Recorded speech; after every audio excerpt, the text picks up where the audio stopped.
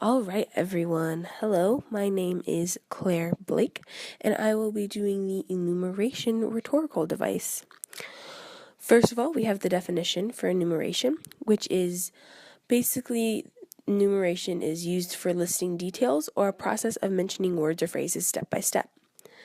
Another way to say this is that it uses and, commas, words and phrases, and other sources of ideas and strings them together to make an idea clear. See what I did there? That's enumeration.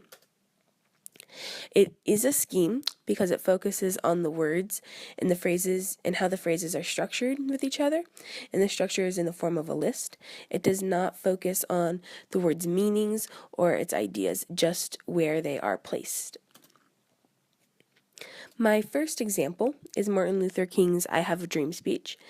When we allow freedom to ring, when we let it ring from every village and every hamlet, from every state and every city, we will be able to speed up that day when all of God's children, black men and white men, Jews and Gentiles, Protestants and Catholics, will be able to join hands and sing in the words of the old Negro spiritual, free at last, thank God Almighty, we are free at last.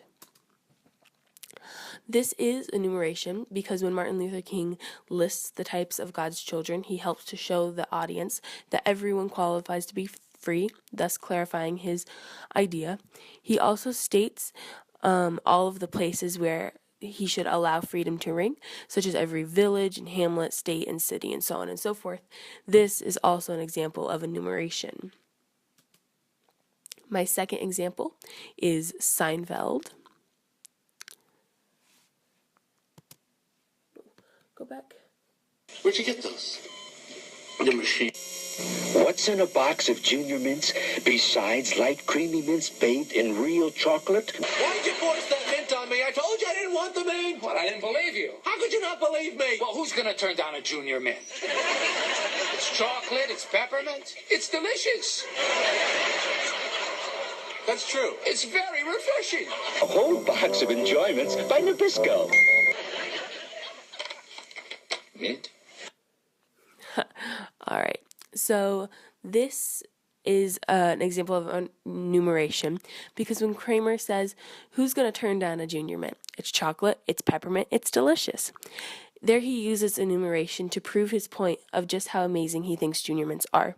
And by listing the ingredients, the chocolate and peppermint, and the deliciousness, he uses enumeration in that sense. Okay, why would someone use it? So an author might use enumeration to further describe and enhance their ideas, such as what Martin Luther King did. And another example of this is Theodore Roethlich's Elegy for Jane, where he states, I remember the neck curls, limp and damp as tendrils, and her quick look, a sidelong prickle smile, and how, once startled into talk, the light syllables leaped for her, and now she is balanced in the delight of her thought. Another way an author might use enumeration is to prove a point, such as Kramer did with the deliciousness of the mints, or as Barack Obama did in his speech at Cairo University. Since our founding, American Muslims have enriched the United States. They have fought in our wars, they have served in our government, they have stood for our rights, they have started businesses, they have taught at our universities, they've excelled in our sports arenas, they've won Nobel Prizes, built our tallest buildings, and lent the Olympic torch. In this case, he is using enumeration to prove his point. So, in conclusion, enumeration gives the audience a better understanding of a topic or provides more proof needed to make the idea stand out. And here are my sources. All right, thanks for listening. I hope you have a good day, and adios.